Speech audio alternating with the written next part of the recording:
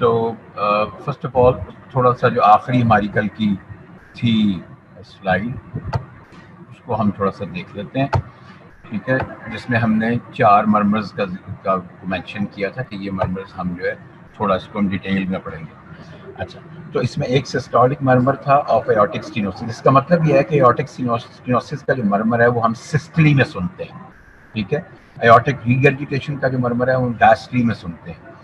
Mitral regurgitation का murmur जो है वो हम सिस्टली में सुनते हैं, और जो माइट्रल स्टेनोसिस का मर्मर है वो हम डायस्टली में सुनते हैं। हम ये क्यों सुनते हैं डायस्टली में और क्यों सुनते हैं सिस्टली में, और what is the mechanism behind the production, ठीक है। वो तो मैंने आपको वैसे तो बता दिया कि जो मेजर मैकेनिज्म है वो वाइब्रेशन है, वो ठीक है, वो वही टर्बुलेंस है और वाइब्रेशन है, सब वही है। जो हार्ट साउंड का मैकेनिज्म है बेसिक, वही बेसिक मैकेनिज्म इनका भी, ठीक है, मर्मर्स का, which are the abnormal heart sound, ठीक है। तो जरा इनको डिटेल में हम देखते जाते हैं। ये इसकी डायग्राम है, हम बार बार इस डायग्राम को रेफर करेंगे, ठीक है, फॉर ईच एंड एवरी। बल्कि ये जो 5वां है पेटेंट एक्सट्राट यूनिवर्सिस वाला, जिसको कि हम मशीनरी मरमर कहते हैं, मशीनरी मरमर इसको इसलिए कहते हैं कि ये through out the systole and through out the diastole ये हमें सुनाई देता है। सिस्टली में ज़्यादा स्ट्रांग होता है और डायस्टली में थोड़ा ये वीक हो जाता है, लेकिन इसकी जो मतलब इसकी साउंड जो है वो थोड़ी सी वीक हो जाती है। उसकी रीज़न क्या है वो भी हम देखेंगे। तो सबसे पहले हम ये जो 4 एनएन की बात करते हैं, फिर हम इस पेटेंट एक्सट्राट की पहले बात करेंगे, फिर इसके मरमर की बात करेंगे, ठीक है। तो ऊपर जो दिया हुआ ए में दिया हुआ वो है नॉर्मल है, first heart sound, second heart sound, third heart sound and fourth heart sound, ठीक है। ये दी हुई है नॉर्मल हार्ट साउंड है, ठीक। ये तो फर्स्ट में दी हुई है, ये जो ए में दी हुई है। बी में उसने दिया हुआ है एओर्टिक स्टेनोसिस का murmur which is a systolic murmur. अब उसको वो कहता है, पहली बात तो ये कि हमने स्टेनोसिस को क्या डिफाइन किया था, व्हाट इज स्टेनोसिस, कौन बताएगा, हु विल वॉलंटियर।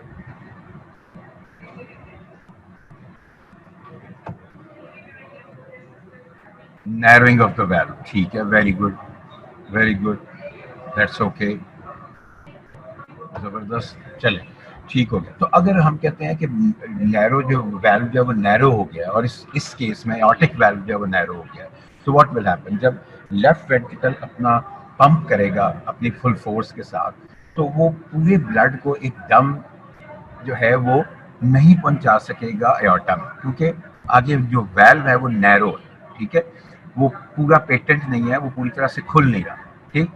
अब जब हमने ये भी पढ़ा था, जब हमने ब्लड फ्लो पढ़ा था, जब हमने टर्बुलेंट ब्लड फ्लो पढ़ा था, तो हमने ये पढ़ा था कि जो नोजल इफेक्ट है, ठीक है, वो वेलोसिटी को बढ़ाता है, और वेलोसिटी जो वो टर्बुलेंस को बढ़ाती है, ठीक है।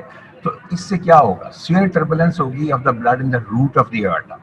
जो भी ब्लड वहां जाएगा that would be going with a very high velocity, ठीक है।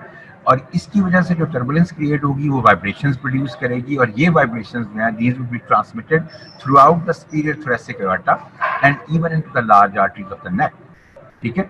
क्योंकि ये एक बहुत पीछे प्रेशर होता है वेंट्रिकल का, और उसकी वजह से ये ब्लड जो है ये रश करता है इनटू द एओर्टा, इसलिए इसकी साउंड जो है वो हार्श होती है, ठीक है। इस मरमर की साउंड जो है वो हार्श होती है, ठीक है। इसीलिए आप देखें इस डायग्राम में, अगर आप देखें ये जो डायग्राम है, तो इसमें आप देखें कि इतना बड़ा एम्पलीट्यूड किसी और मरमर का नहीं है। ये देखें इसका एम्पलीट्यूड जो है, अगर हम इसका एम्पलीट्यूड देखें तो इतना बड़ा एम्पलीट्यूड और किसी मरमर का नहीं है, शोइंग कि इसकी इसकी जो लाउडनेस है, ठीक है ना, इसकी जो हार्शनेस है वो बहुत ज़्यादा है, ठीक है। अच्छा, सो बाज़ सूत्रों में कहते हैं कि अगर ये बहुत सीरियस स्टेनोसिस हो, तो if the patient is even 2 और 3 फीट अवे, तो वहां से भी बाज़ दफ़ा इसकी साउंड आ जाती है। If it is very very severe, stenosis जो है इतनी स्वीयर है एओर्टिक वाल्व की, कि उसकी साउंड जो है, जो मरमर की साउंड है, वो बगैर स्टेथोस्कोप के वैसे भी सुनी जा सकती है, ठीक है, but this is very rare, ठीक। अच्छा, the sound vibration can often be felt with the hand on the upper chest and lower neck, इसको थ्रिल कहते हैं। ये आपके जब आप क्लिनिकल मेथड्स पढ़ेंगे ना 3rd year 4th year final year में जाके, तो उसमें आपको पता चलेगा कि ये थ्रिल क्या होता है, शिफ्टिंग डलनेस क्या होती है। तो थ्रिल एक, आप समझ लें कि एक फिनोमिनन है कि आप उसको हाथ से फील कर सकते हैं, स्टेथोस्कोप की ज़रूरत नहीं है, ठीक है। You can feel that with your bear hands, ठीक है। तो ये इतना स्ट्रांग होता है ये जो मरमर है। अच्छा, एओर्टिक स्टेनोसिस में जैसे हमने कहा जब कि होता क्या है, नोजल इफेक्ट आ जाता है, blood is ejected from the left ventricle through only a small fibrous opening of the aortic valve. Resistance to ejection जो है वो बढ़ती है, blood pressure in the left ventricle बढ़ता है और वो बाद सूत्रों में 300 mmHg तक जा सकता है। वैसे रेस्ट में कितना होता है लेफ्ट वेंट्रिकल में प्रेशर एट रेस्ट, एक फिजियोलॉजिकल आदमी में जिसमें कोई वेल्वुलर पैथोलॉजी नहीं है, तो उसमें कितना होता है मैक्सिमम लेफ्ट वेंट्रिकल का प्रेशर? कार्डियक साइकिल से किसी को याद नहीं है भाई, 120 mmHg होता है, लेकिन वो कह रहे हैं कि इसी में रेस्ट पे ही अगर ये वेल्वुलर स्टेनोसिस हुई है, एओर्टिक वेल्वुलर स्टेनोसिस हुई है, तो उसकी वजह से ये 300 mmHg तक भी जा सकता है। नोजल इफेक्ट इज क्रिएटेड, ये मैं आपको बता चुका हूँ, सिर्फ मैं अब आपको ये रीड आउट कर रहा हूँ ताकि आप जो मैंने आपको बताया है वो आप एक दफा फिर सुन लें और यहाँ से पढ़ भी लें, ठीक है। Nozzle effect is created during systole, blood jetting at high velocity through the small opening of the valve, severe turbulence of the blood in the root of the aorta, ठीक है। ये सब बातें मैं आपसे अभी कर चुका हूँ। The turbulent blood impinging against the aortic walls, systolic creates the systolic murmur of aortic stenosis, ठीक है। तो ये टर्बुलेंट ब्लड जो है, जब ये इसकी वाइब्रेशंस और जब ये खुद फिजिकली जो एओर्टा के जो वॉल्स है उसके साथ जब इसका कोलिजन होता है, okay Amen, from where you want me to repeat it, from which point?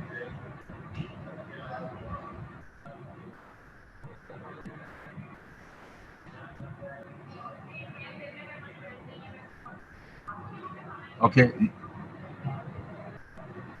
where I started? You are taking me way back, girl. बच्चे बहुत पीछे लेके जा रहे होंगे। अच्छा चलें, खैर, anyway let's try to do it. हम बात कर रहे थे systolic murmur of aortic stenosis. तो हम कह रहे थे कि एक बात तो ये है कि जो सिस्टोलिक मर्मर है, इसका मतलब ये है कि एओर्टिक स्टेनोसिस जब होगी तो उसका मर्मर जो हम सुनेंगे, which is an abnormal heart sound, वो हम सुनेंगे ड्यूरिंग सिस्टोली, ठीक है। क्यों? क्योंकि जब लेफ्ट वेंट्रिकल कॉन्ट्रैक्ट करेगा और वो ब्लड को इन वन गो, ठीक है, थ्रू एओर्टिक वाल्व क्रॉस नहीं करवा सकेगा, और बल्कि जो ब्लड वहां से गुजरेगा that will be a small amount flow, but it would be at a very high frequency, ठीक है। उसकी जो वेलोसिटी, फ्रीक्वेंसी नहीं कहना चाहिए, वेलोसिटी, उसकी जो वेलोसिटी है वो बहुत ज्यादा होगी। क्यों? क्योंकि वहां पे नोजल इफेक्ट बना हुआ है, बड़ा छोटी सी ओपनिंग है जिससे ब्लड ने गुजर के जाना, ठीक है। तो जब ये नोजल इफेक्ट होता है, तो जब इतनी तेज वेलोसिटी से ब्लड जाता है from left ventricle into aorta, तो वो जाके एओर्टा में टर्बुलेंस क्रिएट करता है। एओर्टा के फर्स्ट पार्ट में, रूट ऑफ द एओर्टा में टर्बुलेंस क्रिएट करता है, ठीक है। तो उस टर्बुलेंस की वजह से वाइब्रेशंस प्रोड्यूस होती हैं, और ये वाइब्रेशंस जो है ये they are transmitted throughout the superior thoracic aorta and even into the large arteries of the neck, ठीक है। तो इसको हम सुनते हैं, इसकी जो साउंड है इस टर्बुलेंस की, और ये जो वाइब्रेशंस प्रोड्यूस होती हैं ये बड़ी हार्श होती है, ठीक है, क्योंकि ये एक बड़े ही तेज फ्लो ऑफ ब्लड की वजह से क्रिएट हो रही है। और यही मैं बता रहा था कि इस डायग्राम में अगर आप देखें तो this is the systolic murmur of aortic stenosis. तो इसमें अगर आप देखें तो इतनी बड़ी फ्रिक्वेंसी किसी और, इतना बड़ा एम्पलीट्यूड किसी और मरमर में नहीं है जितना बड़ा एम्पलीट्यूड इसमें, ठीक है। तो that is why it's sound is harsh and loud. फिर वो कहता है कि ये इतनी लाउड हो सकती है कि पर्सन जिसमें ये मरमर हो, अगर उसकी स्टेनोसिस बहुत सीवियर है, ठीक है, तो it can be heard even 2-3 feet away while the patient is standing 2-3 feet away, तो तब भी ये सुना जा सकता है, but that is very rare, ठीक है। या दूसरी बात ये हो सकती है कि हम स्टेथोस्कोप की बजाय सिर्फ हाथ रखें चेस्ट वॉल पे और हमें वहां इसकी थ्रिल फील हो जाए, ठीक है, अपर चेस्ट या लोअर नेक पे रखें और हमें इसकी थ्रिल फील हो जाए वहां इस मरमर, ठीक है। तो ये इतना स्ट्रॉन्ग मरमर है, हम ये बता रहे हैं, ठीक है। तो बाकी ये सारी वही चीज़ है जो मैं अभी बता रहा था कि वेलोसिटी इसकी बढ़ जाएगी, टर्बुलेंस क्रिएट होगी, उसकी वजह से जो है वो एओर्टा के फर्स्ट पार्ट में टर्बुलेंस क्रिएट होगी, उसकी वजह से वहाँ पे systolic murmur of aortic stenosis create हो जाता है, ठीक है। अच्छा, ये तो हो गया ये वाला पहला तो नॉर्मल था, दिस वाज नॉर्मल, ये तो first heart sound, second heart sound, third and fourth heart sounds. उसके बाद ये था aortic, sorry, systolic murmur of aortic stenosis, वो ये वाला था, ये बी जो। अब हम आते हैं diastolic murmur of aortic regurgitation, ये डी है, ठीक है। ये पहले हम डी पे आते हैं, diastolic murmur of aortic regurgitation. इसको वो कहता है कि ये blowing murmur of relatively high pitch है विद अ स्विशिंग क्वालिटी, ठीक है। अब ये जो चीजें हैं ना कि ब्लोइंग मर्मर क्या होता है और ये स्विशिंग क्वालिटी क्या होती है, इसको एक्सप्लेन करना वर्ड्स में बड़ा मुश्किल है। इसको जब तक आप सुनेंगे नहीं आपको समझ नहीं आएगी, ठीक है। इसीलिए जो एक अच्छा कार्डियोलॉजी एग्जामिनेशन है उसके लिए आपको एक्सपर्ट हैंड्स चाहिए होते हैं, ठीक है। शुरू में आपको बताया जाता है कि देखो ये इस वक्त पे सुनो, इस टाइम पे सुनो, ये इस तरह की एक आवाज़ है, फिर आप वो सुनते हैं, ठीक है। फिर आप उसको रिकग्नाइज करते हैं, फिर होता ये है कि आप उसकी प्रैक्टिस करते हैं, फिर आप जब प्रैक्टिस करते हैं उसको मुख्तलिफ लोगों में सुनते हैं, तो फिर आप जब आप उसके यूज टू हो जाते हैं तो फिर आपको वो किसी भी पेशेंट में मिले तो आप फ़ौरन उसको पकड़ लेते हैं कि ये तो वही वाली साउंड है जो मैंने सुनी, ठीक है। क्योंकि आपका ब्रेन जो है वो बहुत बड़ा स्टोर है इंफॉर्मेशन का, और जैसे ही वो कोई प्रीवियस इंफॉर्मेशन ब्रेन में आती है तो फौरन जो है वो उसको कंपेयर कर लेता है उस इंफॉर्मेशन के साथ, पुरानी इंफॉर्मेशन के साथ, और उसको वो बता देता है कि जी ये आपने पहले कभी इसको फील किया, did you ever hear it या did you ever see it, तो वो जो है ना वो फौरन आपको बता देता है, ठीक है। अच्छा, तो अब हम आ गए डायस्टोलिक मर्मर ऑफ, अब इसका मतलब क्या है कि ये मर्मर किस वजह से प्रोड्यूस हो रहा है, due to aortic regurgitation. Aortic regurgitation का मतलब क्या है कि जो एओर्टिक वेल्व है वो कॉम्पिटेंट नहीं है। जब ब्लड वेंट्रिकल से एओर्टा में जाता है और जब उसका बैक फ्लो होता है तो ये एओर्टिक वेल्व पूरी तरह से बंद नहीं हो सकता, ये बैक फ्लो को रोक नहीं सकता, ठीक है। अब इसमें भी ज़ाहिर है लेवल्स ऑफ सिवियरिटी हैं, कुछ में जो है वो शायद सिर्फ बहुत थोड़ा सा ब्लड वापस आता हो, कुछ में शायद 1/3 of the total blood which has been pushed into the aorta वो वापस आ जाता हो, कुछ में इवन 1/2 भी आ जाता हो, ठीक है। तो इट ऑल डिपेंड्स कि सिवियरिटी क्या है और उसी के हिसाब से मरमर आएगा, ठीक। तो अब ये क्योंकि अब अच्छा, वो मरमर जो पिछला था जो हम कह रहे थे कि जी सिस्टोलिक मरमर ऑफ एओर्टिक स्टेनोसिस, वो हम सिस्टली में ही क्यों सुनेंगे, इस बात को एक्सप्लेन कर सकते हैं। क्योंकि सिस्टली वो फेज है जिसमें वेंट्रिकल ने अपना पूरा जोर लगाना है, ठीक है। तो फिर उसकी मैक्सिमम जो हार्श साउंड है और जो लाउड साउंड है वो उसी में ही आएगी, ठीक है। अब यहाँ पे क्या हो रहा है, ये इसकी फेज क्या है, इसकी फेज ये है कि जब एओर्टिक वाल्व सिस्टली खत्म हो गई, ठीक है, और अब एओर्टिक वाल्व जो है वो उसने बंद होना है to stop the back flow. अब वो बैक फ्लो के लिए कुछ रोकने के लिए बंद नहीं हो सक रहा पूरी तरह से, ठीक है।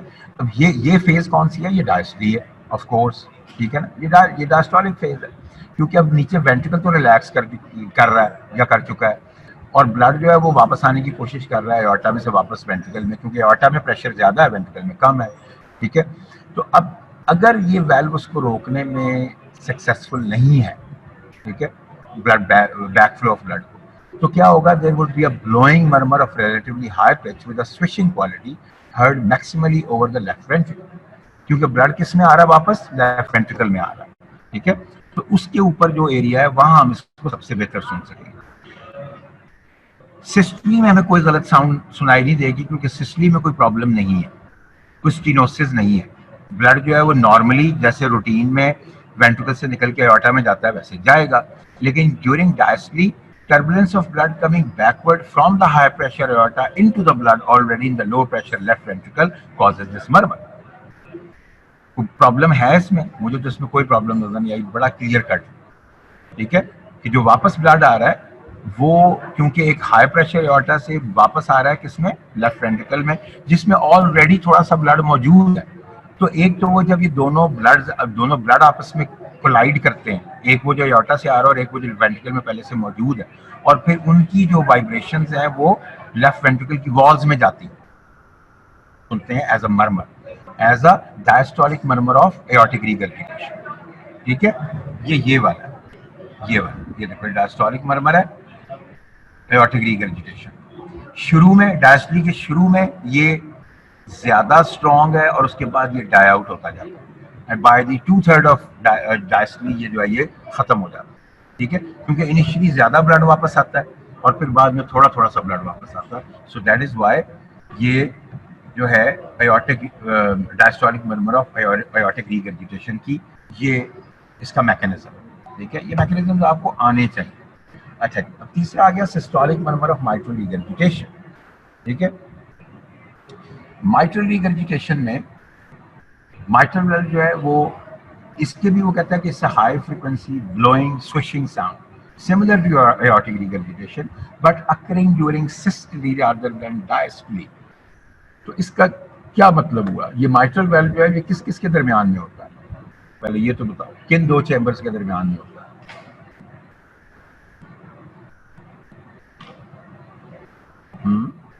Mitral valve is making the unidirectional blood flow certain or in between which two heart chambers? कौन से दो हार्ट चैम्बर्स हैं जिसमें ये माइट्रल वेल्व है ये प्लेस्ड होता है? Atria and ventricle. ठीक है, तो अब क्या होता है? अच्छा, अब ये देखो, हमने कहा है कि ये सिस्टली में होता है।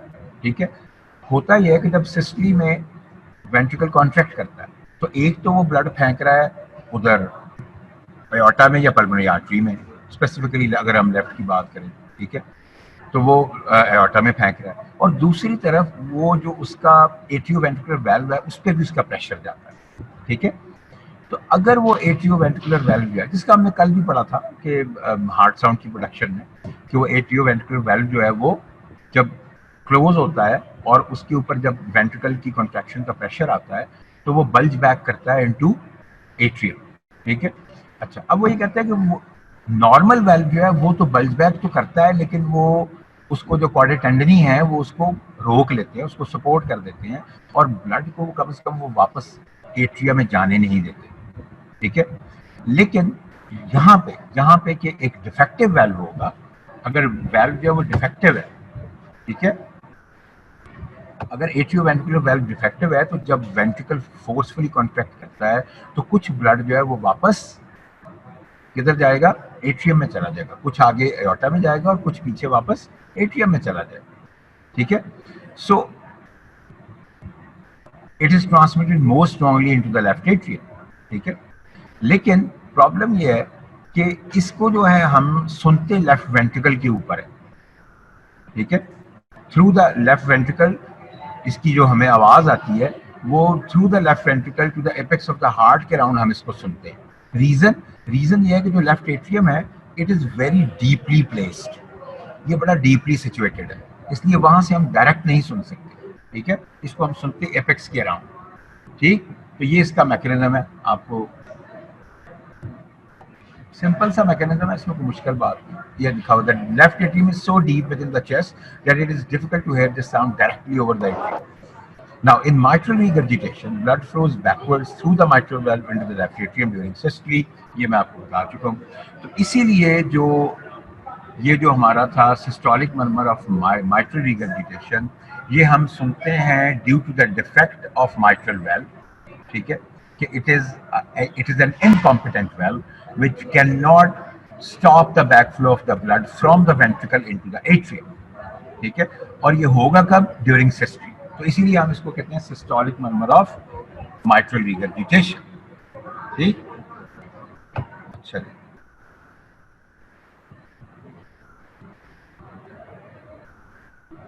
अब चौथा आ गया diastolic murmur of mitral stenosis. Mitral stenosis का मतलब क्या हुआ कि जो वेल्व है between the left atrium and left ventricle वो डिफेक्टिव है। ठीक है, डिफेक्टिव इस सेंस में है कि वो स्टीनोज्ड है, बहुत ज्यादा नैरोड है। ठीक है, यूजुअली क्या होता है जब सिस्टली खत्म होती है, ठीक है, जब सिस्टली खत्म होती है तो ब्लड उतनी देर में सारा एक्यूमुलेट कहाँ हो जाता है? आके लेफ्ट एट्रियम, या ठीक है, या राइट एट्रियम में, ठीक है, at the end of systole दोनों में ही ब्लड होता है, ठीक है। अब जो ब्लड जो है जिस जो कि लेफ्ट एट्रियम में मौजूद है, वो कैसे जाता है, उसका सडन इन रश जो होता है, जो maximum in rush of blood होता है into the ventricle from the atrium, वो कैसे होता है, जो ऑलमोस्ट 80% है, 75 to 80% of blood that rushes from the atria into the ventricle, that is simply by the opening of the atrioventricular valve between the left atrium and the left ventricle, ठीक है। तो अगर ये जो वेल्व है ये अगर स्टीनोज्ड है तो इसका मतलब है कि वो इन रशिंग ऑफ ब्लड नहीं होगी, ठीक है। लेकिन क्योंकि लेफ्ट एट्रियम में कभी प्रेशर बहुत ज्यादा नहीं होता, ठीक है, जिस तरह लेफ्ट वेंट्रिकल में प्रेशर बहुत ज्यादा था ना, उस तरह लेफ्ट एट्रियम में प्रेशर कभी ज्यादा नहीं होता, ठीक है। तो इसलिए इसकी जो जो अगर हम इसकी साउंड की क्वालिटी की बात करें तो it's very weak end of very low frequency, ठीक है। इसका जो साउंड स्पेक्ट्रम है, अगर हम इसको साउंड वेव के स्पेक्ट्रम पे ले जाएं तो is below the low frequency end of human hearing. जो ह्यूमन हेयरिंग का जो एक थ्रेशोल्ड है, ये उससे भी ऑलमोस्ट नीचे चला जाता है, यानी कि ह्यूमन ईयर्स इसको most of the time feel ही नहीं कर सके, ठीक है। So even in severe mitral stenosis, no murmur may be heard during the first third of the diastole, ठीक है। पहली फर्स्ट थर्ड ऑफ द डायस्टोली में जो है वो हमें मरमर सुनाई नहीं देता। क्यों? उसकी रीजन क्या है? क्योंकि अर्ली पार्ट ऑफ डायस्टोली में जो लेफ्ट वेंट्रिकल है, जिसका के जो जो जिसके और लेफ्ट एट्रियम के दरमियान में एक स्टीनोज्ड वेल्व है, ठीक है, उसमें इतना थोड़ा ब्लड होता है कि जो ब्लड ऊपर से आता है थोड़ा थोड़ा, वो अंदर आके ब्लड के साथ कोलाइड नहीं कर सकता। वहां नीचे इतना ब्लड ही नहीं होता कि उसके साथ वो कोलाइड कर सके, और उसकी वजह से रिवर्बरेटिंग जो है वो इफेक्ट ला सके, ठीक है। सो ये जो रिवर्बरेट करता है back and fourth between the walls of the ventricle, ये तब करता है जबकि कुछ पार्शियल फिलिंग वेंट्रिकल की हो गई होती है, और फिर जो ब्लड आता है towards the end of the diastole, क्योंकि इनिशियल पार्ट ऑफ डायस्टोली में तो नीचे ब्लड वेंट्रिकल में होता नहीं, ठीक है। इसलिए एट्रिया से जो ब्लड आता है वो ज्यादा रिवर्बरेशन कॉज नहीं करता। लेकिन लेटर पार्ट ऑफ द डायस्टोली में क्योंकि थोड़ी सी पार्शियल फिलिंग वेंट्रिकल की हो गई होती है, ठीक है, तो उसमें ब्लड जो है फिर वो रिवर्बरेट करता है, ठीक है, और उसकी वजह से एक लो रंबलिंग मरमर हमें सुनाई देता है, ठीक है, जिसको कि हम कहते हैं diastolic murmur of the mitral stenosis. क्योंकि ये माइट्रल वाल्व की स्टेनोसिस की वजह से होता है और ये होता है ड्यूरिंग फेज ऑफ डायस्टोली, इसलिए हम इसको कहते हैं diastolic murmur of mitral stenosis, ठीक है। तो ये चार मरमर्स हैं जो आपने बेसिकली जो है वो आपको इनकी मैकेनिज्म आनी चाहिए, ठीक है। ये मरमर ये जो मरमर था diastolic murmur of mitral stenosis, ये मैंने आपको बताया कि ये ज्यादा लाउड क्यों नहीं होता, क्योंकि लेफ्ट एट्रियम का प्रेशर जो है वो कभी भी 30 mmHg से ऊपर नहीं जाता। बड़ी रेयर बात है अगर ये से ऊपर जाए, ठीक है। जबकि जब एओर्टिक स्टेनोसिस होती है तो फिर उस वक्त जो प्रेशर है वो वेंट्रिकल में 300 mmHg तक चला जाता है, ठीक है। तो इसका मतलब है कि प्रेशर का डिफरेंस है, जिसकी वजह से कि इसकी जो मरमर का जो साउंड है, सर मरमर का जो वॉल्यूम है वो बड़ा लो होता है और उसमें बहुत ज्यादा होता है। हमने कहा कि वो लाउडेस्ट मरमर है, सबसे ज्यादा हार्श साउंड है उसकी एओर्टिक स्टेनोसिस वाले। लेकिन अगर हम माइट्रल स्टेनोसिस वाले की बात करें तो इसकी सबसे ज्यादा फीबल और लो साउंड है, ठीक है। अच्छा, अब हम आते हैं congenital anomaly of the heart, ठीक है। इसमें हम दो तीन बातें पढ़ेंगे। इसको हम कह सकते हैं कि इससे कंजेनिटल का मतलब क्या होता है, पहले ये तो बता दो।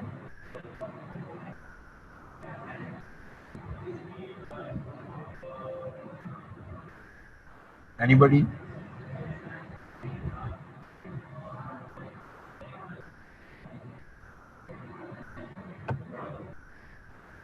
बाय बर्थ, वेरी गुड, ठीक है। और अगर कोई मुझे इसकी पंजाबी भी बता सके तो है कोई हमारे पास प्योर पंजाबी? नहीं, पैदाइशी तो उर्दू है,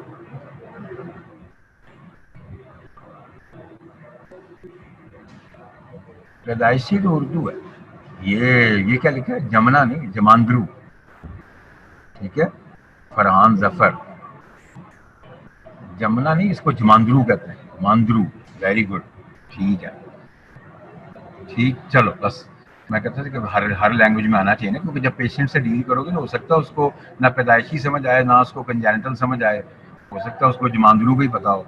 आप उससे पूछें, यार ये प्रॉब्लम तुझे कब से है? जमांद्रू प्रॉब्लम है कि बाद जो इसी। ठीक है, तो ये पता तो होना चाहिए ना कि क्या होते हैं वर्ड्स, काम आएंगे आपके यार। चलें, खैर, एनीवे। तो ये जो बाय बर्थ जो प्रॉब्लम्स हैं हार्ट की, इनको हम कहते हैं कंजेनिटल एनोमलीज। ठीक है, ये हार्ट में भी हो सकती हैं या उसकी किसी बड़ी क्लोजली एसोसिएटेड ब्लड वेसल में भी हो सकती है। ठीक है, और ये बनती कब है? During fetal life. ये अराइज कब होती हैं? During fetal life, not after birth. ठीक है, इनका जो इनके इफेक्ट शायद आफ्टर बर्थ आए, वो एक अलग बात है, लेकिन इनका जो फॉर्मेशन है, इनकी जो आप समझ लें कि इनकी जो इंजीनियरिंग है, वो ड्यूरिंग फीटल लाइफ हो जाती है। ठीक है, इसमें बाज़ दफ़ा कुछ जो मदर की वायरल इन्फेक्शन हैं वो भी होती हैं, और बाज़, जैसे उसने लिखा हुआ है कि बाज़ दफ़ा तो जो ऑब्स्टेट्रिशियंस हैं, वो अगर किसी फीमेल को प्रेगनेंसी के फर्स्ट ट्राइमेस्टर में जर्मन मीजल्स हो जाए, तो वो उसे कहते हैं कि आप इसको टर्मिनेट कर दें प्रेगनेंसी, क्योंकि the German measles which has happened to the mother, ठीक है, is going to bring some serious congenital defect in the baby. ठीक है, तो बजाय इसके कि हम एक बेबी को डिलीवर करें विद सीवियर कंजेनिटल डिफेक्ट्स और उसको बाद में हम जो है वो प्रॉब्लम में रहें, और जो है वो हमारा शॉक भी और हमारा जो ग्रीफ है वो भी बढ़े। ठीक है, तो why not terminated then and there, जब हमें पता है कि इसकी प्रॉब्लम ही होनी है। ठीक है, तो वो रिकमेंड करते हैं, आगे मर्जी तो पेरेंट्स की होती है। ठीक है, सो अब और क्या होता है जी? Some congenital defects of the heart are hereditary. Hereditary क्या होता है? वो तो कंजेनिटल था, ये हेरिडिटरी क्या होता है?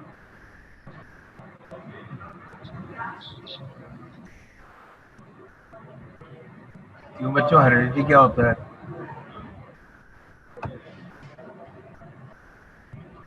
ठीक है, फेमिलियर, बिल्कुल ठीक है, विरासती। ठीक है, गुड, ठीक हो, ठीक है। तो कुछ डिफेक्ट्स जो है वो फैमिली में रन करते हैं। ठीक है, कुछ डिफेक्ट्स जो है वो फैमिली में रन करते हैं, ये नहीं कि हर एक को हो जाएंगे, लेकिन वक्तन फवक्तन हर जनरेशन में एक दो लोगों को हो जाते हैं। ठीक है, तो वो फैमिली में रन कर रहे होते हैं। ठीक, अच्छा।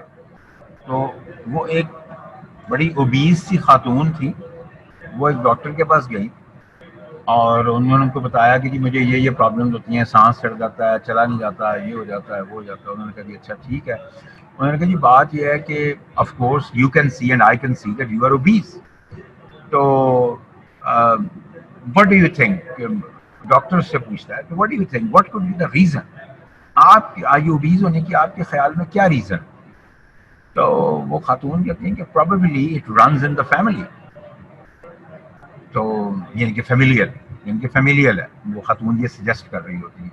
तो डॉक्टर आगे से कहता है कि no ma'am, I am sorry to say but I think that nobody runs in the family. ठीक है, मतलब कि आपकी फैमिली में कोई हिलना पसंद नहीं करता। फेमिलियल प्रॉब्लम आपकी फैमिली के साथ ये नहीं है कि ओबेसिटी आपकी फैमिली में है, प्रॉब्लम ये है कि आपकी फैमिली में कोई हिलना पसंद नहीं करता, इसलिए ओबेसिटी आपकी फैमिली में। ठीक है, तो ये ओके, मूविंग ऑन। अच्छा, तो तीन मेजर टाइप्स हैं। एक वही जो हम क्या, एक तो ये कि stenosis of the channel of the blood flow. Stenosis हो सकती है किसी मेजर ब्लड वेसल की, इसमें कोआक्टेशन ऑफ एयोर्टा, कोआक्टेशन ऑफ एयोर्टा ये भी हमने पढ़नी, अभी पढ़ेंगे थोड़ी देर में। Coarctation of aorta and congenital aortic valve stenosis, ये दोनों चीजें कंजेनिटली या हो सकती है। ठीक है, अच्छा, फिर एक है जिसे हम कहते हैं लेफ्ट टू राइट शंट। ठीक है, शंट क्या होता है? शंट को बता सकते हैं आपने क्या होता है?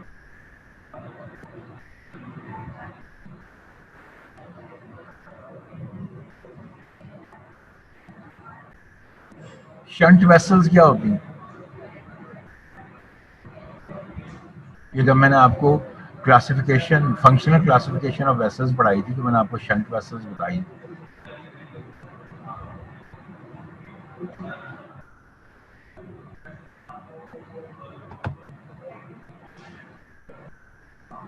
आर्टीरियोल्स,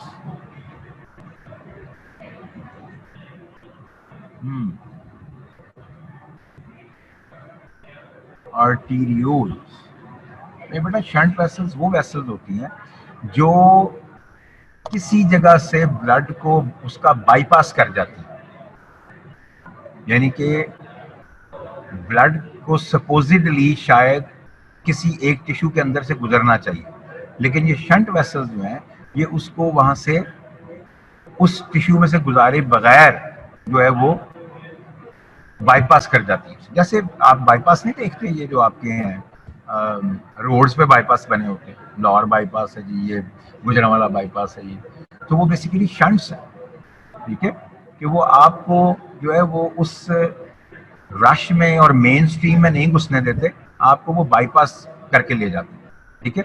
तो इसी तरह एक लेफ्ट टू राइट शंट है, ये एक एनोमली है। एनोमली मींस एक abnormality that allows blood to flow backward from the left side of the heart और aorta to the right side of the heart और पल्मोनरी आर्टरी, ठीक है।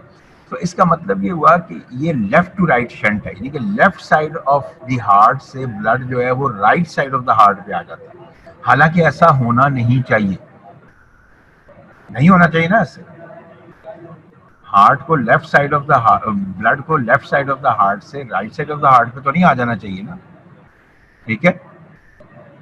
तो ये किस वजह से होता है? ये होता है पेटेंट डक्टस आर्टेरियोसिस की वजह से। ये भी आज हमने पढ़नी, ठीक है। अभी सिर्फ इसके इतने इंट्रोडक्शन का, ठीक है।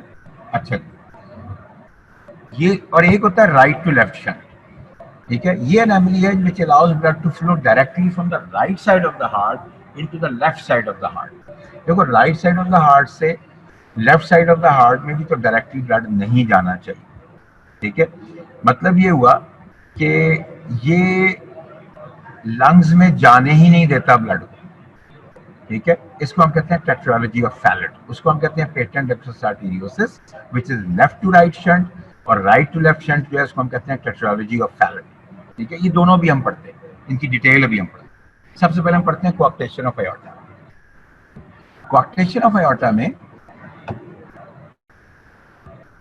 एनास्टेमोसिस, बिल्कुल ठीक है, एनास्टेमोसिस का ही एक, उसी की ही एक, और समझ लें कि एक और सब फॉर्म है शंट वेसल्स में एनास्टेमोसिस। अच्छा, ठीक है।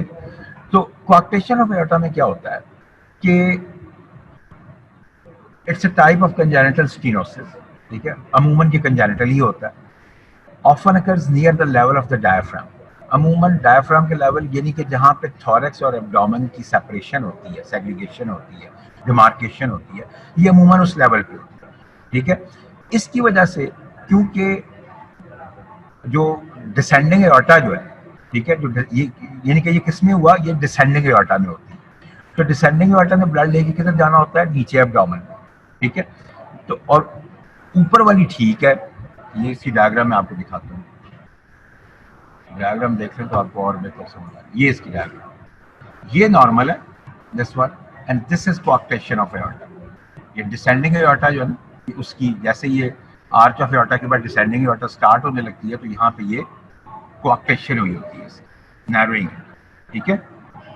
अब इसकी वजह से ऊपर वाली बॉडी में ब्लड प्रेशर ठीक होता है और नीचे वाली बॉडी में ब्लड प्रेशर कम हो जाता है, क्योंकि वहां ब्लड जा ही बहुत कम रहा होता है, ठीक है। वहां ब्लड जाता ही बड़ा कम है, इसलिए वहां ब्लड प्रेशर कम हो जाता है, ठीक।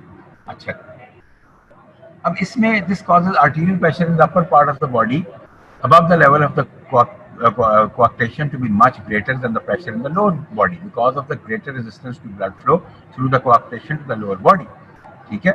So the part of the blood must go around the coarctation through small collateral arteries। ये देखो collateral circulation की बात फिर आ गई कि जहां पे भी ब्लड फ्लो कॉम्प्रोमाइज होना शुरू हुआ, जहां पे भी ब्लड फ्लो कॉम्प्रोमाइज होना शुरू हुआ, वहीं पे साथ ही कोलैटरल सर्कुलेशन डेवलप होना शुरू हुआ।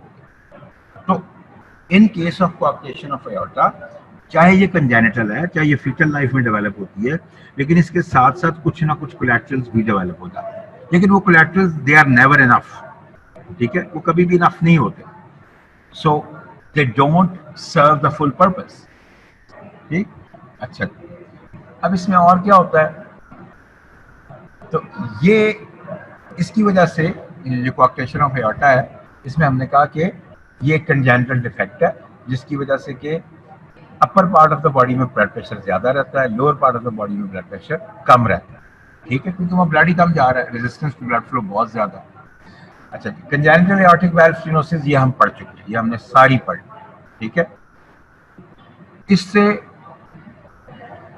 होगा क्या वेल्वुलर लीजन से, अगर tendency to develop serious pulmonary oedema, reduced cardiac output, reduced cardiac output तो है ही है, ज़ाहिर है ब्लड आगे लेफ्ट वेंट्रिकल से निकल के एओर्टा में नहीं जा रहा, तो कार्डिक आउटपुट तो कम हो ही गई। अब उसकी वजह से ब्लड अब पीछे डैम कहाँ हो रहा है, पूल कहाँ हो रहा है, डैमिंग कहाँ हो रही है blood. Of course left atrium में ब्लड कहाँ से आया था, लंग्स से, ठीक है, तो अगर आगे लेफ्ट वेंट्रिकल उस पूरे ब्लड को पंप नहीं कर रहा, ठीक है, तो डैमिंग कहाँ होगी, पीछे पल्मोनरी उसमें लंग्स में हो जाएगी, लंग्स में डैमिंग होगी तो वहाँ पे उसकी वेज़ोडाइलेशन होगी, वेज़ोडाइलेशन होगी तो वहाँ पे फिल्ट्रेशन बढ़ जाएगी, फ्लूइड की फिल्ट्रेशन बढ़ेगी तो पल्मोनरी एडीमा हो जाएगी, ठीक है, तो ये इसके मैकेनिज्म। अच्छा जी, अब हम आगे पेटेंट डक्टस आर्टेरियोसिस, जिसे हमने कहा था कि ये लेफ्ट टू राइट शंट। अब इसको ध्यान से सुनना आपने, क्योंकि इसके सारा मैकेनिज्म, ठीक है, इसके इफेक्ट्स, सर्कुलेटरी इफेक्ट्स, वो भी हमने सारे देखे, ठीक है। ड्यूरिंग फिटल लाइफ क्या होता है, during fetal life the lungs are collapsed and the elastic compression of the lungs keeps the alveoli collapsed. Most of the lung blood vessels are collapsed. क्योंकि lungs ने during fetal life कोई काम नहीं करना होता, जितनी भी exchange of gases है वो through placenta होनी होती है, ठीक है, इसीलिए lungs की तरफ blood जाता नहीं है, ठीक है। ये जो ductus arteriosus है, ये blood को सीधा लेके तो ये lung को bypass करके निकल जाती है, ठीक है। लंग्स में ब्लड जाने की जरूरत ही नहीं है, क्योंकि लंग्स ने काम ही नहीं करना, लंग्स में ब्लड सिर्फ उतना जाता है जो कि लंग की अपनी ब्लड सप्लाई है, not for the purpose of exchange. वो सिर्फ लंग, जो लंग ने ड्यूरिंग फीटल लाइफ ग्रो करना है, ठीक है, डेवलप होना है, उसके लिए जो न्यूट्रिशन चाहिए बस वो थोड़ा सा ब्लड वहां जाता है, ठीक है, ताकि उसकी ग्रोथ होती रहे, उसकी डेवलपमेंट होती है, बाकी उसने काम कोई नहीं करना। लंग्स ने, एल्वेलाई ने कोलैप्स रहना है, लंग की ब्लड वेसल्स यूजुअली जो है वो कोलैप्स रहेगी, ठीक है। एल्वियोलर कैपिलरीज की हम बात कर रहे हैं सर, कि एल्वियोलर कैपिलरीज जो है वो कोलैप्स रहती है, तो ना वहाँ ब्लड जाता है ना वहाँ एक्सचेंज होती है, ठीक है। अच्छा जी, अब इसका मतलब यह है कि resistance to blood flow through the lungs is great, is high, very high, that the pulmonary arterial pressure is high in the fetus. यानी कि अब देखो उलट हो गया ना, फीटस में पल्मोनरी साइड पे प्रेशर ज्यादा होते हैं, यानी कि right side of the heart में प्रेशर ज्यादा होते हैं और left side of the heart में प्रेशर कम होते हैं। जबकि जब एक दफा बेबी डिलीवर हो जाता है तो जो आपकी left side of the heart है उधर प्रेशर बढ़ जाते हैं और जो right side of the heart है वहाँ प्रेशर कम हो जाते हैं, ठीक है। But during fetal life the fact remains कि the pressure on the right side of the heart is much more as compared to the pressure on the left side of the heart. Low resistance क्यों होती है left side पे, क्योंकि blood ने flow करना है from aorta through the large vessels of the placenta, ठीक है। The pressure in the aorta of the fetus is lower than normal, इसीलिए वहां पे जो है वो लो है, क्योंकि वहां पे उसने फ्लो करना है ब्लड, ठीक है, प्लेसेंटा में जाना, ठीक, इसलिए उस तरफ स्लो, उस तरफ प्रेशर कम होते हैं ड्यूरिंग फीटल लाइफ, क्योंकि वहां पे सारी एक्सचेंज प्लेसेंटा के थ्रू होनी है, लंग्स के थ्रू नहीं होनी, ठीक। अच्छा, तो almost all the pulmonary arterial blood flow, यानी कि जो blood flow basically pulmonary artery से जाना चाहिए था लंग्स में, वो एक स्पेशल आर्टरी के थ्रू, ठीक है, जो कि कनेक्ट करती है पल्मोनरी आर्टरी को विद द आयोर्टा, और इस स्पेशल आर्टरी को क्या कहते हैं, डक्टस आर्टेरियोसिस, ठीक। यानी कि पल्मोनरी आर्टरी बजाय लंग में जाने के वो थ्रू डक्टस आर्टेरियोसिस वो सीधी आयोर्टा में जाती है, ठीक। So this allows immediate recirculation of the blood through the systemic arteries of the fetus without the blood going through the lungs, ठीक है। This allows immediate recirculation of the blood through the systemic arteries of the fetus without the blood going through the lungs. यानी कि lungs के through blood नहीं जाता, oxygenation वहां नहीं होती, ऑक्सीजनेशन थ्रू प्लेसेंटा होती है, इसलिए लंग में ब्लड के जाने की जरूरत नहीं। और थ्रू डक्टस आर्टेरियोसिस जो ब्लड पल्मोनरी आर्टरी के थ्रू लंग में जाना था वो सीधा एओर्टा में जाता। ठीक है, तो ये एक अरेंजमेंट है जो कि फीटल अरेंजमेंट है, जो फीटल सर्कुलेशन की अरेंजमेंट। अब नॉर्मली क्या होता है कि जब बच्चा डिलीवर होता है तो ये जो डक्टस आर्टेरियोसिस है ये क्लोज हो जाती है। ठीक है, so as soon as the baby is born and begins to breathe, the lungs inflate, the alveoli fill with air, the resistance to blood flow through the pulmonary vascular tree decreases, pulmonary arterial pressure decreases, and aortic pressure increases due to sudden cessation of blood flow from the aorta through the placenta. यानी कि अब जो है वो blood flow जो है उसने अपने आप को उसका अपना पैटर्न चेंज कर लिया उसने। ठीक है, अब वो थ्रू लंग्स जाएगा, वो डायरेक्ट अब एओर्टा से आगे प्लेसेंटा में नहीं जाएगा, क्योंकि प्लेसेंटा वाला किस्सा तो खत्म हो गया, बेबी इज डिलीवर्ड। ठीक है, तो अब जो सारी जो एक्सचेंज है गैसेस की वो कहाँ होनी है, लंग्स में होनी है। तो इसलिए अब जो लंग्स वाला प्रेशर है वो कम हो जाता है। ठीक है, और जो एओर्टा वाला प्रेशर है वो बढ़ना शुरू हो जाता है। ठीक है, नाउ तो इसका मतलब ये हुआ कि blood flow through the ductus arteriosus ceases suddenly at birth. तो बर्थ पे एकदम ऑलमोस्ट बिल्कुल ऑलमोस्ट इमीडिएटली या उस थोड़ी देर बाद वो with in a couple of hours maximum वो जो है वो ब्लड फ्लो बंद हो जाता है। ठीक है, अच्छा अब होता ही है कि अगर ये the blood begins to flow backward through the ductus from the aorta into the pulmonary artery. ठीक है, तो ब्लड फ्लो जो है वो कहाँ आना शुरू हो जाता है, through the ductus from the aorta into the pulmonary artery. The ductus arteriosus become occluded within a few hours to a few days in most babies. ठीक है, एक तो इसकी पहले होता है कि ब्लड फ्लो रुक जाता है, फिर इसकी एक टेम्परेरी इक्लूजन होती है और फिर इसकी परमानेंट इक्लूजन होती है। ठीक है, ये इसकी तीन फेजेस है, एक ब्लड फ्लो रुकता है, एक डक्टस आर्टेरियोसिस की टेम्परेरी इक्लूजन होती है और फिर एक इसकी परमानेंट इक्लूजन हो जाती है। ठीक है, ताकि कभी ये रूट दोबारा इस्तेमाल ना हो, ये रूट दोबारा कभी खुले नहीं। ठीक है, so blood flow through the ductus does not persist. ठीक, तो इसकी वजह से ये बंद हो जाता है। तो ये डक्टस आर्टेरियोसिस को बेसिकली क्लोज हो जाना चाहिए आफ्टर बर्थ। ठीक है, लेकिन जब ये क्लोज नहीं होता, अच्छा एक बात और कि इसका जो क्लोजर का मैकेनिज्म है वो बड़ा मजेदार है कि ये क्लोज क्यों होती है इनिशियली, कम से कम ये क्लोज क्यों होती है। इसकी थोड़ी सी फाइब्रोसिस बाद में होती है, लेकिन पहले इनिशियली जो विद इन फ्यू आवर्स या with in a couple of days जो ये बंद होता है, इसका जो टेम्परेरी क्लोजर होता है वो क्यों होता है, वो होता है due to increased oxygen concentration. ठीक है, क्योंकि पहले क्या हो रहा था कि पहले यहाँ से थ्रू डक्टस आर्टेरियोसिस जो है वो डीऑक्सीजनेटेड ब्लड गुजर रहा था। ठीक है, और वो जाके प्लेसेंटा में जो है वो ऑक्सीजनेट हो रहा था। ठीक, अब ये हो रहा है कि क्योंकि ये डक्टस आर्टेरियोसिस जो है ये बंद हो गई है और ब्लड जो है वो जा रहा है उसकी थ्रू लंग्स के थ्रू, और डक्टस, और जब वो लंग्स के थ्रू जाता हुआ ब्लड इसमें से गुजरता है इनिशियली या उसका बैक फ्लो आता है फ्रॉम एओर्टा, क्योंकि अभी ये पूरी बंद नहीं होती ना, बिल्कुल फौरन तो बंद नहीं हो जाती, इट टेक्स फ्यू आवर्स इसका ब्लड फ्लो रुके। तो वो ब्लड फ्लो रुकता ऐसे है कि जब वो ऑक्सीजनेटेड ब्लड इसमें वापस आता है, ठीक है, डक्टस आर्टेरियोसिस में, तो इसकी वॉल्स का जो स्मूथ मसल है वो कॉन्ट्रैक्ट करता है, क्योंकि हमें ये पता है कि smooth muscle, vascular smooth muscle की कॉन्ट्रैक्शन के लिए हमें क्या चाहिए, ऑक्सीजन चाहिए। ठीक है, वो आपने पढ़ी है ना ऑक्सीजन वाली थ्योरी जो है उसमें,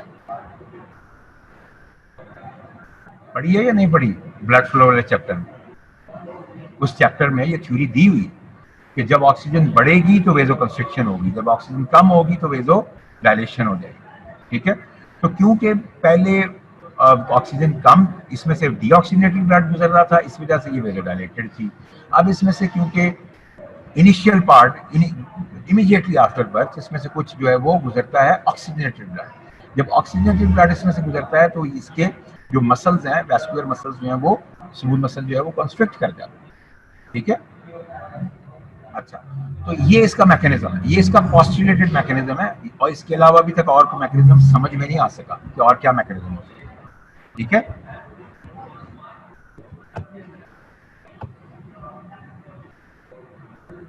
ब्लू बेबीज जो है बेटा वो है tetralogy of Fallot,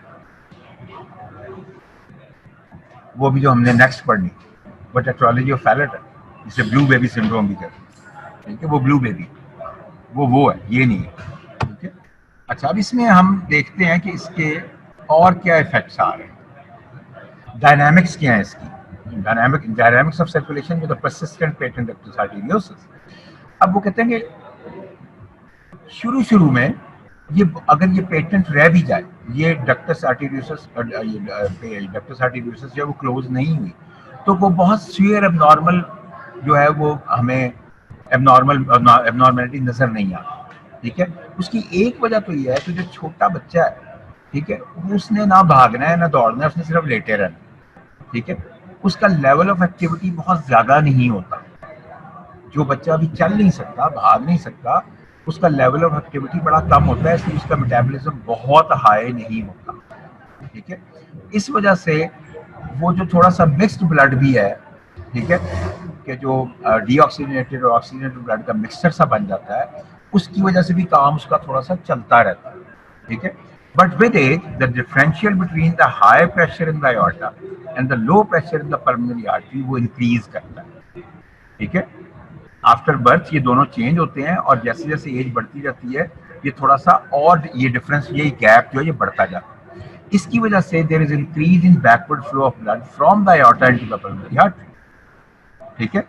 now the high aortic blood pressure, ठीक है, the high aortic blood pressure, the diameter of the partially open ductus increases with time, ठीक। जो हाई आयोर्टिक ब्लड प्रेशर है उसकी वजह से क्या होता है, it leads to the diameter of the partially open ductus, increased diameter of the partially open ductus कुछ टाइम के बाद, making the condition even worse, ठीक है।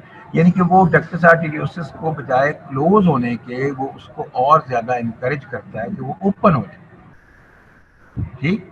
क्योंकि क्या हो रहा है, एओर्टिक ब्लड प्रेशर बढ़ गया है, वहां से बैक फ्लो ऑफ ब्लड जो है वो किसमें आ रहा है, पल्मोनरी आर्टरी में आ रहा है, और वो किसके थ्रू आ रहा है, थ्रू डक्टस आर्टेरियोसिस आ रहा है। तो उस क्योंकि वो डीऑक्सीजनेटेड ब्लड है ज्यादा उसमें, तो इस वजह से फिर वो जो है वो ओपन रह जाती है, क्लोज नहीं है, ठीक है, पेटेंट रह जाती है, इसको हम कहते हैं पेटेंट, ओपन रहना, पेटेंट रहना। अच्छा जी, अब इसमें रीसर्कुलेशन थ्रू लंग्स क्यों होती है और कैसे होती है। एक चाइल्ड जो थोड़ा सा ओल्डर हो जाता है और and that child has a patent ductus, ये patent ductus arteriosus, tetralogy of Fallot और भी एक दो कंजेनिटल डिफेक्ट्स हैं हार्ट के, ये सारे वो डिफेक्ट्स हैं जिनको हम कहते हैं कि जिस बच्चे के दिल में सुराख है, ठीक है, कहते हैं जी इस बच्चे के जो ना वो जमानदुरी पैदाइशी इसके दिल में सुराख है, ये वो डिफेक्ट्स हैं। ये किसी में एक भी हो सकता है, किसी में दोनों भी हो सकते हैं, कईयों में तीन भी हो सकते हैं। जिनमें एक होता है ना उनको बचाना आसान होता है, उनको रिपेयर करना आसान होता है, लेकिन जिनमें बढ़ते जाते हैं उनमें फिर रिपेयर करना बड़ा मुश्किल होता है, ठीक है। अच्छा, तो in an older child with a patent ductus क्या होगा जी, हाफ या 2/3 ऑफ द आयोर्टिक ब्लड जो है ना, it flows back through the ductus into the pulmonary artery, वही जो भी मैं आपको बता रहा था, then through the lungs and finally back into the left ventricle and aorta, यानी कि वहां से वो वापस लेफ्ट वेंट्रिकल में जाएगा और लेफ्ट वेंट्रिकल फिर इसको वापस एओर्टा में फेंकेगा, एओर्टा से फिर वो वापस पल्मोनरी आर्टरी में आ जाएगा, वहां से फिर वो वापस घूम के लेफ्ट वेंट्रिकल में चला जाएगा, लेफ्ट वेंट्रिकल उसको फिर एओर्टा में फेंकेगा, ठीक है। तो ये एक अजीब सा साइकिल चल पड़ता है, ठीक है। नाउ इसकी वजह से होता क्या है कि जो ब्लड है वो बार बार लंग्स के थ्रू गुजरता है, so it passes through the lungs and left side of the heart 2 or more times for every one time that it passes through the systemic circulation, यानी कि जितना उसने जितनी दफा वो सिस्टेमिक सर्कुलेशन में जाता है blood due to the contraction of ventricle and its throwing of blood into the aorta, तो आगे तो थोड़ा जाता है, ज्यादा तो वापस इधर से आ जाता है, हाफ या 2/3 जो है वो वापस पल्मोनरी आर्टरी की तरफ आ जाता है थ्रू पेटेंट डक्टस आर्टेरियोसिस, ठीक है। तो उसकी वजह से जो है वो लंग्स वाली साइड पे उसका टाइम ज्यादा गुजरता है, ठीक है। इस वजह से कहते हैं कि बाज दफा जो इन इन लोगों में साइनोसिस जो है वो बड़ी लेटर लाइफ तक हमें नजर नहीं आता अगर ये एक्टिव एक्टिव ना हो। हाँ, अगर ये कोई एक्सरसाइज करेंगे, किसी स्ट्रेनरस एक्टिविटी में पड़ जाएंगे तो यस, फिर इनमें हमें साइनोसिस नजर आ जाएगा, ठीक है। साइनोसिस तो पता नहीं क्या होता है, क्या होता है साइनोसिस, बताओ क्या होता है साइनोसिस, बता दो।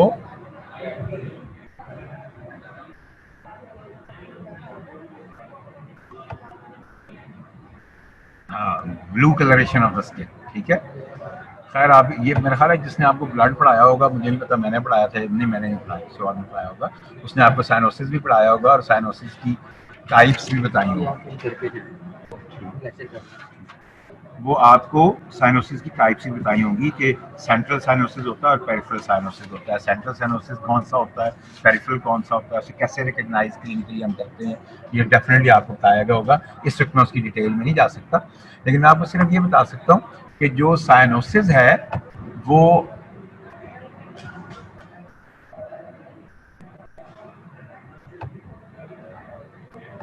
ओ माय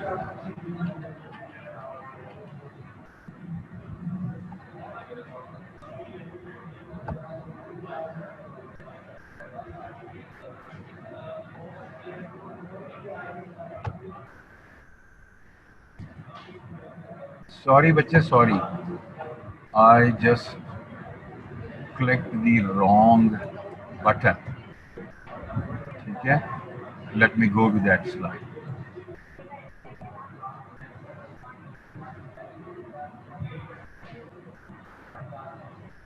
ये यहाँ था। तो हम ये कह रहे थे कि इसमें रीसर्कुलेशन थ्रू लंग्स जो है वो बढ़ जाती है, ठीक है। तो अर्ली पार्ट ऑफ लाइफ में जबकि बच्चा बहुत ज़्यादा या तो वो एक्सरसाइज नहीं कर रहा या वो बहुत ज़्यादा जो है वो एक्टिव नहीं है, तो इसकी very early part of life में जो आर्टीरियल ब्लड है उसके वो हमें अमूमन बेटर ऑक्सीजनेटेड मिलता है देन नॉर्मल, क्योंकि वो ज़्यादा टाइम पास करता है थ्रू द लंग्स, लंग्स में से बार बार गुजरता है। सिस्टेमिक सर्कुलेशन में एक दफा जाता है, लंग्स से 2 या 3, ठीक है। तो ये एक बड़ी, जिसे इसको हम पैराडॉक्स कह सकते हैं, we can say that it's a paradox.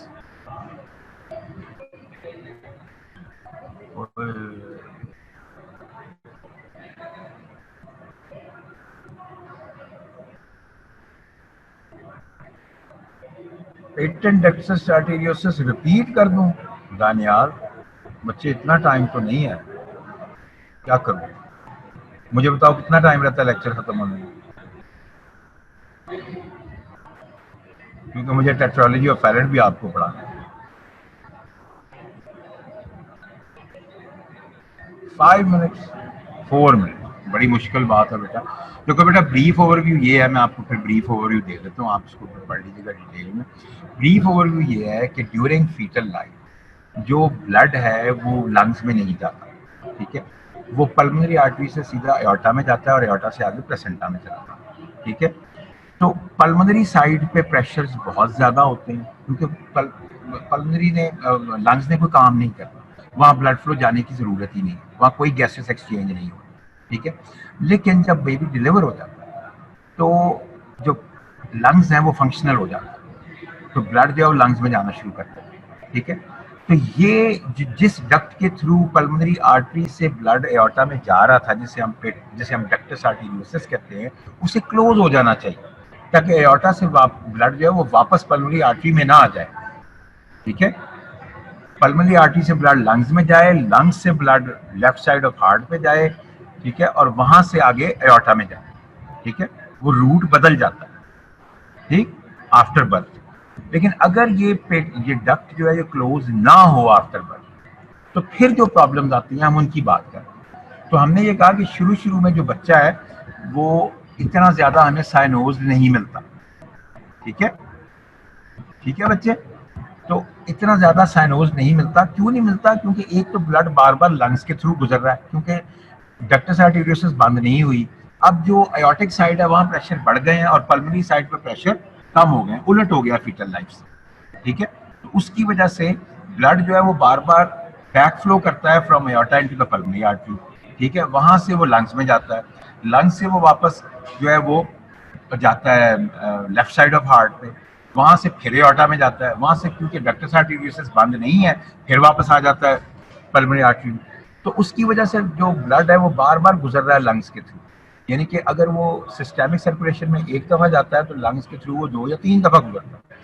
तो इसकी वजह से क्योंकि अर्ली लाइफ में बच्चा एक्टिव नहीं होता, उसका ब्लड जो हमें बेटर ऑक्सीजनेटेड मिलता है और साइनोसिस नहीं होता। ठीक है, ये इसकी बेटर है इसकी समरी। ठीक, अच्छा, और इसके क्या इफेक्ट्स हैं? Diminished cardiac and respiratory reserves, इसमें कार्डियक और रेस्पिरेटरी रिजर्व्स जो हैं